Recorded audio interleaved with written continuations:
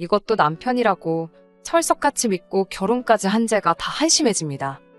이혼 마무리 단계에 와서 이렇게 제 이야기도 한번 사연으로 전해보게 되었네요. 결혼 준비를 시작할 때부터 시어머니하고는 크고 작은 마찰들이 하나둘씩 있기는 했습니다. 하지만 결혼 준비하던 당시에는 남편이 제대로 중간 역할을 잘해줬어요. 그러니 그 모습에 당연하게도 결혼 후에도 똑같이 중간에서 교통정리를 잘해줄 사람이라 생각했어요. 하지만 그 모습은 결혼하자마자 180도 바뀌어버리고 말았네요. 차라리 처음부터 심호말에 거역을 못한다, 그렇게 딱 못을 박아두었다면 애초에 결혼이고 뭐고 생각조차 하지 않았을지도 모르겠어요. 이미 이렇게 돼버린 마당에 다 늦은 후회고 그런 거 다 알지만 지금 생각해도 너무 억울할 때가 이따금씩 있네요. 시모는 좋게 말하면 한결같은 사람이었어요. 하지만 늘 심보가 아주 고약한 사람이었기에 한결같은 그 모습이 좋은 적은 한 번도 없었습니다.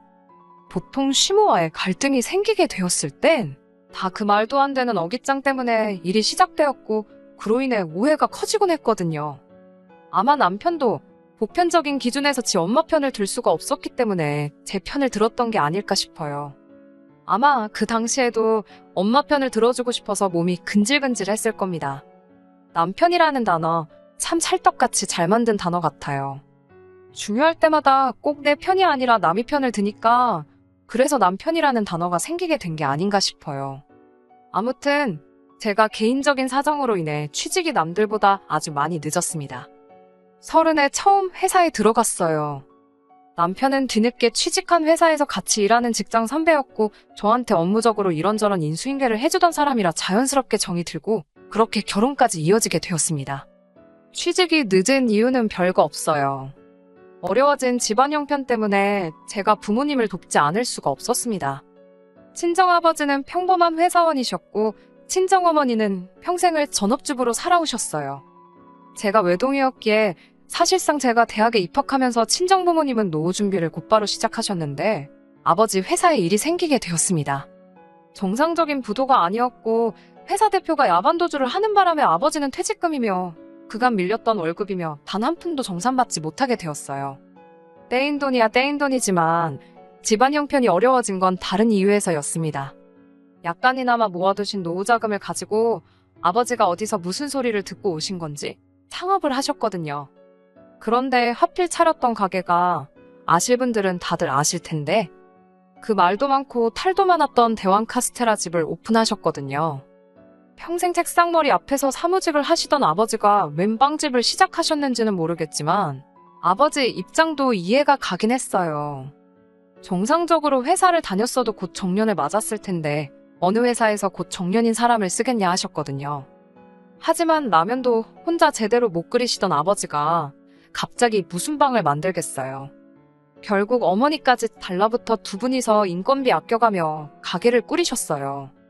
장사 노하우도 없는 분들이라 정직함 하나만 가지고 장사를 하셨는데 그 이후에 다들 아시는 그 사건들이 터지게 되었어요. 방송에서 시작된 안 좋은 루머 때문에 그나마 있던 손님들도 뚝 끊어지게 되었거든요. 어머니께서 어떻게 가게를 살려보겠다고 고군분투하다가 건강이 악화되는 바람에 결국 당시 취직을 준비 중이었던 제가 어머니 대신 가게를 돌봐야 했고요. 가게가 망해도 이상하지 않을 상황이라 너무 힘들었습니다. 그런데 어쩌겠어요. 친정부모님 노후 자금이 홀랑 들어가 있는 가게인데 최선을 다해서 열심히 했습니다. 정직함 하나만 가지고 승부했던 가게이기에 처음엔 힘들었지만 차차 시간이 지나감에 따라 가게가 다시 살아나기 시작했어요. 나중에 가선 방송에서 시작된 루머도 서서히 사람들이 잘못된 정보라는 걸 인지하기 시작했고 오히려 경쟁 가게가 다 망해버려서 나중에 가선 타 지역에서도 입소문 듣고 손님들이 찾아올 정도로 장사가 잘 되기 시작했습니다. 나중에 가서는 재료가 모자라서 일찍 가게를 닫을 때도 있을 정도로 손님이 많아졌어요. 그때쯤 어머니도 건강을 회복하셨고 아버지의 전 직장 동료였던 분들이 투자를 해준다며 이 사무점 이야기도 막 나올 때쯤이었어요. 전화위복이 되어서 돈이 잘 벌리게 된 상황이다 보니 부모님은 제가 가게 일을 계속했으면 하셨지만 저는 질리기도 했고 어쨌든 여태 대학 공부한 것도 있고 회사 생활 못 해본 게 한이 되어서 가게를 나와 취직 준비를 시작했어요. 이러나 저러나 가게는 제 적성에 맞지도 않았고요. 그런데 취직도 쉬운 게 아니더라고요. 1년이라는 준비기간 끝에 결국 저는 취직에 성공을 했습니다. 그리고 회사 생활을 시작하면서 남편을 만났고 1년 정도의 연애 끝에 결혼 준비를 시작하게 되었습니다. 하지만 제가 모아놓은 돈이 그렇게 넉넉한 편은 아니었어요.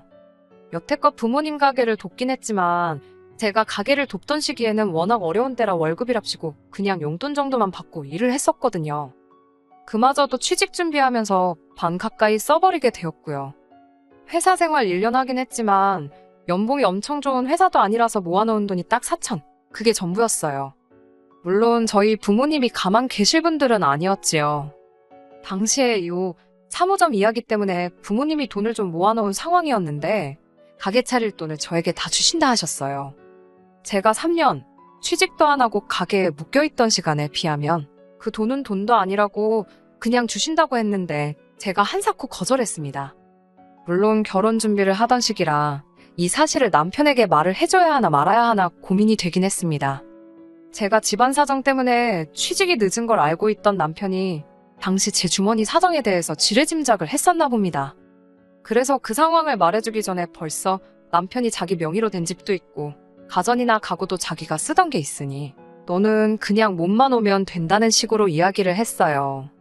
몸만 오라고 해서 좋다구나 하고 결혼을 결심한 건 아니에요. 이러나 저러나 어쨌든 저도 사천이라는 돈이 있으니 해갈 수 있는 건 해갈 계획이었습니다. 그런데 남편의 집에 찾아가 보니 그 돈으로 뭘 하는 것보다 온전히 모아두는 게 낫겠다는 생각부터 들었어요. 남편 명의의 그 집이 남편이 취직 후 얼마 되지 않아 시모가 돈을 보태주면서 사게 되었다고 해요.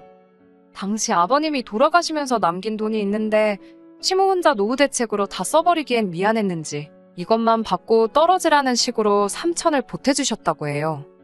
그런데 그 문제의 집이 아마 완공된 해가 제 생년월일보다 훨씬 먼저일 것 같은 오래된 구축 빌라였거든요.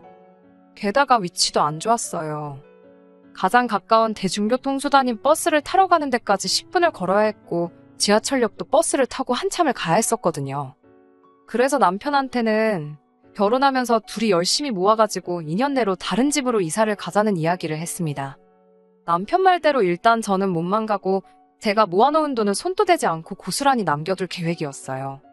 당시 남편과 제 월급을 고스란히 모은다고 해도 서울의 아파트는 꿈도 못 꿀 액수였지만 그때쯤이면 저희 부모님도 체인점 때문에 묶인 돈이 풀려 있을 테고 그때 가서 부모님께 돈을 지원받을 수 있을 거라 생각했거든요.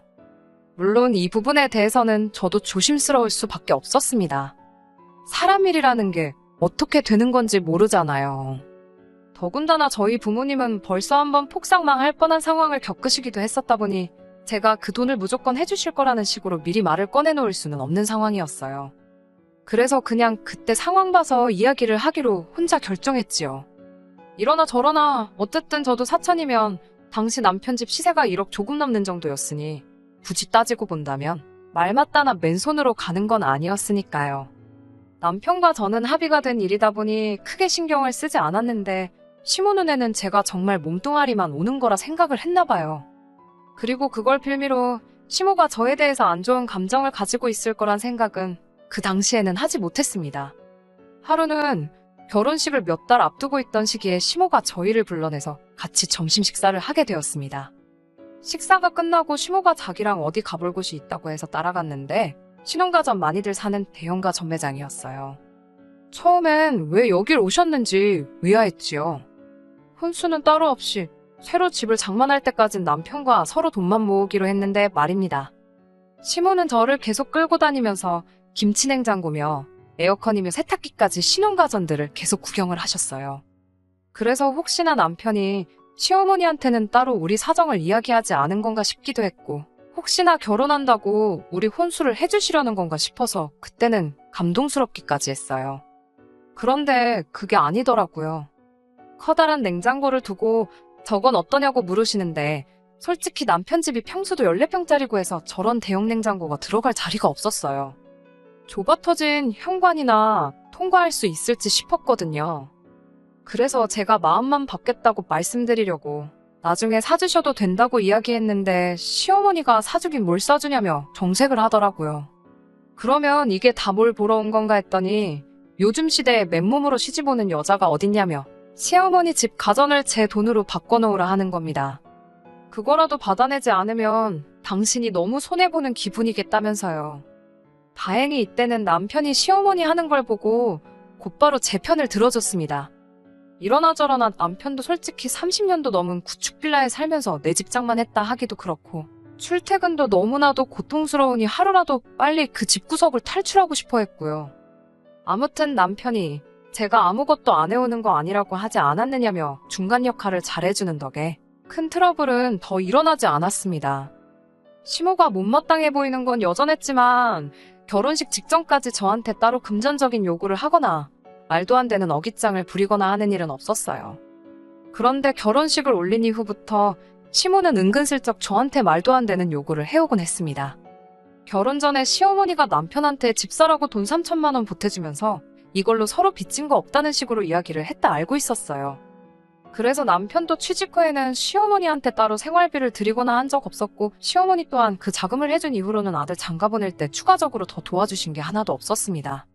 말인즉슨 남편이 이 집에 들어와 살게 된 이후부터는 금전적으로 그 어떤 지원도 하지 않았다는 소리나 마찬가지인데 시어머니가 저희 시골리고 한 달 만에 전화를 와서는 생활비 이야기를 꺼내왔어요.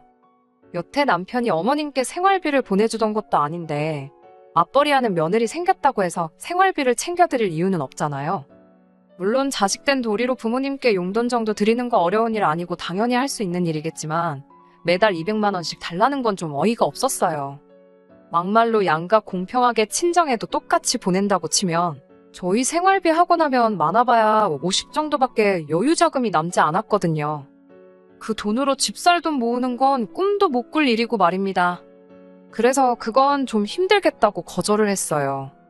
한 번은 침대가 낡아서 허리가 아프다고 하면서 무슨 400만 원이나 하는 침대를 어디서 알아오셔가지곤 그걸 사내라 하신다던가. 물론 전부 다 거절했지요. 하지만 결혼할 때와는 다르게 남편은 시모와 저 사이의 일에는 별로 개입하고 싶어 하던 눈치처럼 보이지가 않더라고요. 뭐라 말 좀 해봐라 하면 알겠다고 자기가 말하겠다 대답은 해놓고 정작 시모한테는 한마디도 하지 않았네요. 그리고 그게 기어이 시모와 저 사이의 일을 크게 키우는데 일조를 하게 되었습니다. 시모의 생일을 앞둔 어느 날이었습니다. 다짜고짜 시모한테 갈비찜, 해물탕, 뭐 이런 음식 메뉴들이 적혀있는 카톡이 주르륵 오기에 뭐 먹고 싶어서 저러시나 싶었거든요. 딱 들어도 손이 많이 갈 것만 같고 재료비도 비싼 음식들 목록이 저 두 가지를 포함해 랍스타며 잡채며 계속해서 오더니 마지막 줄에 저보고 그걸 가지가지 준비해서 10인분 정도 해오라는 거예요. 아는 지인들하고 당신 생일 파티를 하기로 했다고 며느리가 생일상 차려오기로 했다고 자랑을 해놨으니 이번만큼은 꼭 자기 말을 따르라더군요. 제가 다니는 회사가 없는 것도 아니고 무슨 수로 그 음식을 하느냐고 했어요. 그랬더니 시어머니가 남자가 집 해오고 여자가 꽁으로 시집을 왔는데 저보고 참 뻔뻔하다면서 그런 것도 못 해오느냐 하더군요. 당신이 저었다면 당신을 업고 있는 상태로 그 음식들 다 준비를 했겠다는 거예요. 누가 들으면 무슨 제가 호화공꼴에서 사는 줄 알겠다 싶더라고요. 결국 그날 퇴근한 남편한테 시어머니한테 말 좀 해달라 부탁을 했습니다. 그런데 남편은 시모가 어깃장 부리는 소리를 듣고도 제 편이 아니라 시모 편을 들더라고요. 지 엄마가 억지를 부리는 건 맞지만 아주 틀린 말은 하는 건 아니지 않냐면서요. 어쨌든 제가 맨몸으로 시집을 온 거나 마찬가지 아니겠냐고. 그러니 지 엄마가 며느리한테 어느 정도 성의 표시는 받고 싶어 하는데 해주는 게 하나도 없으니 얼마나 서운하겠냐 하는 겁니다. 제가 아무것도 안 해왔다 해도 결혼 전에 모은 돈 고스란히 들고 왔고 이렇게 하기로 한 것도 더 좋은 미래를 위해 지금 좀 참자고 내린 결정인데 내 편이어야 할 남편이 저렇게 나오니 어이가 없었지요. 그래도 제가 아무것도 안 한 건 사실이다 보니 저도 일단 뭐라도 해야지 할 말이 생기지 않겠나 해서 상의 끝에 제 돈으로 100만 원을 보내기로 했습니다.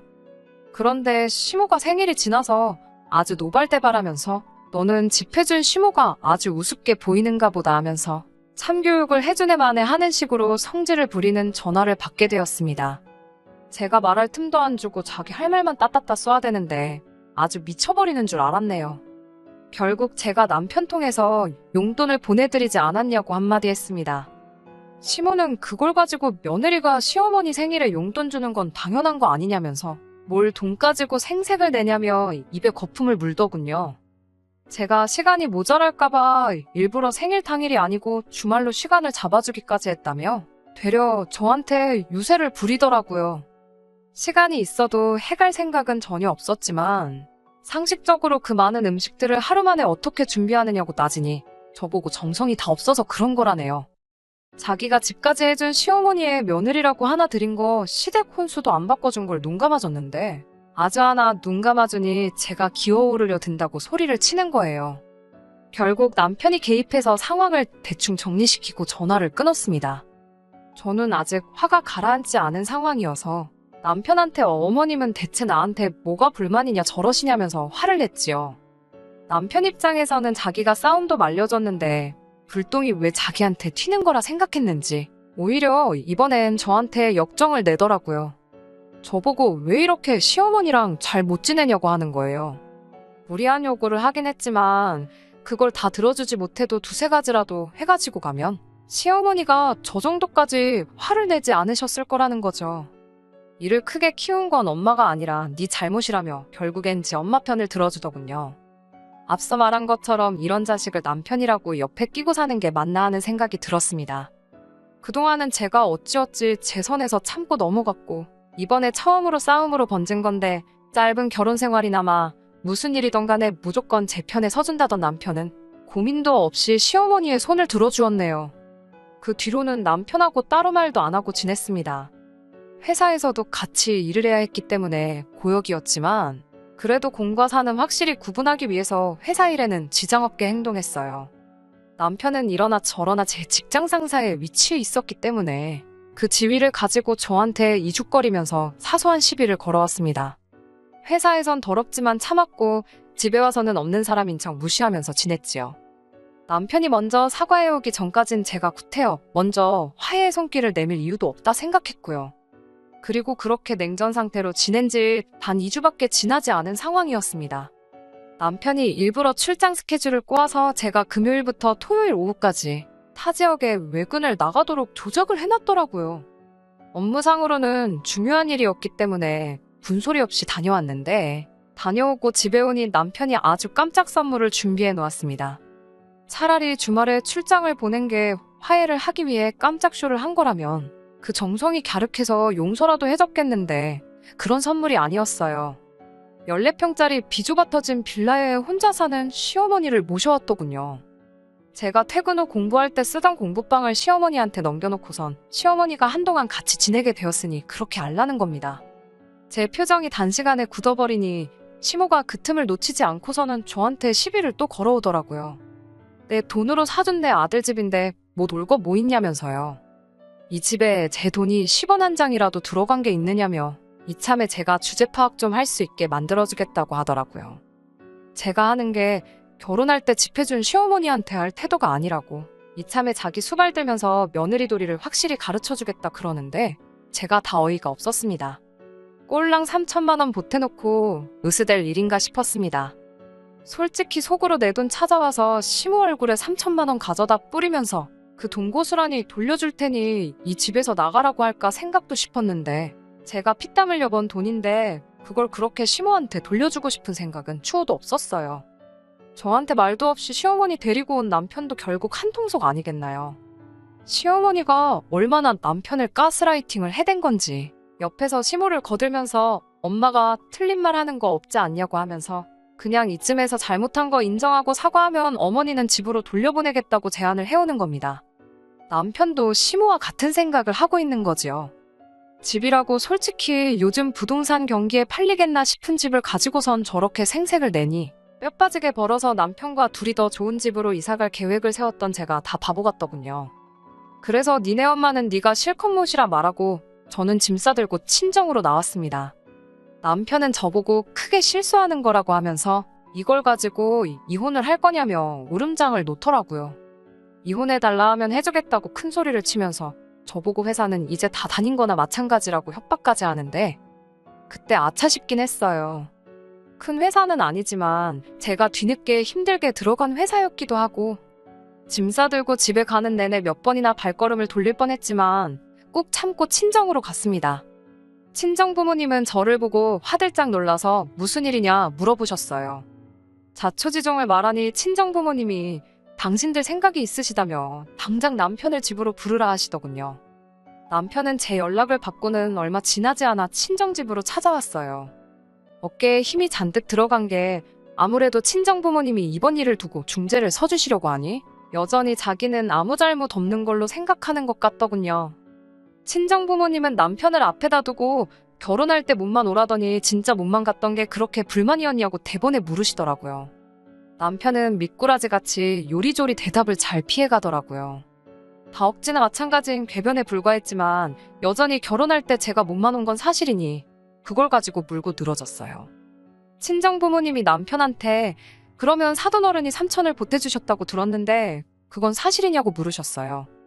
눈치가 빠른 남편은 그 질문의 의도를 깨닫고는 그때 3천이 지금 3천이랑 다르지 않겠냐고. 집값 오른 것까지 감안했을 때 따지고 보면 한 8천 정도는 해주신 거나 마찬가지 아니겠냐 하는 겁니다.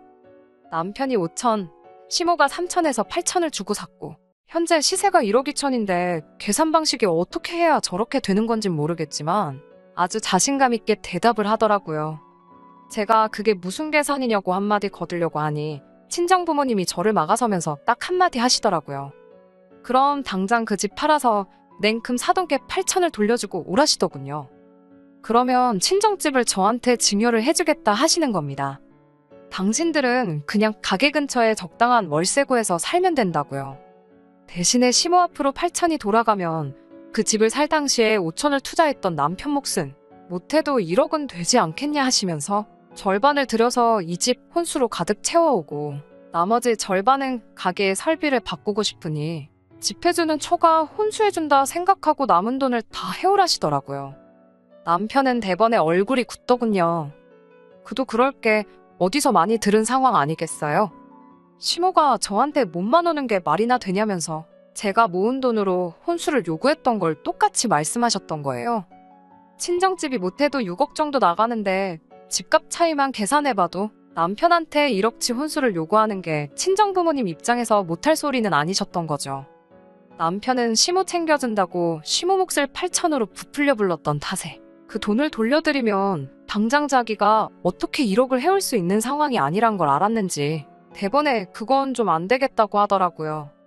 그러면서 저를 걸고 넘어지는데 결국 저도 혼수 아무것도 안 해오고 몸만 오지 않았냐면서 자기도 똑같이 몸만 오겠다고 하는 겁니다. 친정 부모님은 그것까지 예상하셨다는 듯이 그러면 그렇게 하라고 대답하시면서 대신 방 한 칸은 비워두라고 하시대요. 사위가 집 해주는 장인장모 모신다고 할 줄은 몰랐다고 너스레를 떠시면서 집을 증여해줬는데 몸만 올 거면 당연히 사위가 당신들 모시고 사는 게 맞지 않겠냐며 너털웃음을 지으시는데 자신만만하던 남편이 당황해서 말 한마디도 못하는 꼬락서니를 보니까 제 속이 다 시원하더군요. 그때 깨달았어요. 친정부모님이 이 결혼을 유지시켜주기 위해 중재를 서주시려던 게 아니라 몸만 오라고 먼저 말해놓고는 결혼하자마자 말 바꿔서 시모가 저 막대하는 게 당연하다는 식으로 나오는 남편을 한 방 먹여주려 하셨다는 걸 말이지요. 그래서 집 같은 거 해주실 필요 없다고 친정부모님 앞에 나 저 자식하고 이혼할 거라고 선언을 했습니다. 남편은 화들짝 놀라더라고요. 사실 자기도 그 썩어빠진 집 같지도 않은 집에서 빨리 탈출하고 싶었고 이번 기회에 그 집구석에서 탈출하나 싶었는데 제가 이혼하자고 나오니까 말이죠. 남편이 다른 말로는 저를 못 잡을 것 같으니 저한테 회사는 어쩌고 이혼하자는 말이 나오냐 하더라고요. 그래서 제가 콧방구 크게 한번 끼워주고는 그깟 회사 안 나가도 그만이라고 말했습니다. 한 달 월급 300 벌자고 내가 평생을 너랑 너네 엄마한테 무시당하면서 살게 생겼냐고 소리쳤어요. 결국 남편하고는 그렇게 이혼 수속을 밟기 시작했습니다. 웃긴 건 제가 회사에 사표를 내러 갔을 때예요. 회사 대표님이 연애 시작했을 때부터 헤어지면 둘 중 하나 그만둘까봐 걱정스러웠는데 일이 이렇게 될 줄은 상상도 못했다면서 유감을 표하더군요. 그런데 저한테 제안하길 오히려 남편을 해고할 테니 저보고 계속 회사를 다녀주면 어떻겠냐는 겁니다. 남편이 근무 태도도 성실한 편이 아니고 2년 조금 안 되는 기간 동안 저를 지켜봐온 결과 회사에 고인물보다는 신선한 동력이 필요한 것 같은데 작은 일에도 열정적인 저를 놓치는 것보다는 발전할 생각이 없어 보이는 남편을 자르는 게 회사로서는 더 이득이 아니겠냐 하면서 말이지요. 그렇게 남편은 회사에서도 잘리게 되었어요. 사실 저는 부모님 가게에서 다시 일을 시작할 예정이었는데 회사 생활은 제가 아쉬움이 남기도 했고 무엇보다 제가 남으면 남편이 잘리게 되는 건데 그 제안을 받아들이지 않을 이유가 없겠더라고요. 그렇게 실직자가 돼버린 남편은 그 잘난 집을 팔아서 시모 밑으로 들어가게 되었다고 합니다. 시세도 1억 2천이라 집값으로 재미도 못 봤는데 그나마도 요즘 경기에 팔리지가 않아서 금매로 시세보다 헐값에 정리했다는 말을 들었을 때는 속이 다 후련하더군요. 옛말 틀린 거 하나 없는 것 같아요. 고생 끝에 낙이 오는 건 저도 저희 부모님도 직접 경험한 일이고 뿌린 만큼 거둔다는 말도 지금 남편과 시모를 두고 딱 어울리는 말이 아닐까 싶습니다. 평생에 있을 한 번의 기회나 마찬가지였던 복덩이인 저를 놓쳐버린 두 사람. 이번 일로 제대로 한번 배우고 평생을 후회 속에 살아간다면 제게 붙은 이혼 옆구리표가 하나도 아쉬움이 없을 것 같네요. 끝까지 들어주셔서 감사합니다. 오늘의 사연은 여기까지입니다. 구독과 좋아요, 알람 설정 부탁드리고 더 좋은 사연으로 다시 찾아뵙겠습니다. 감사합니다.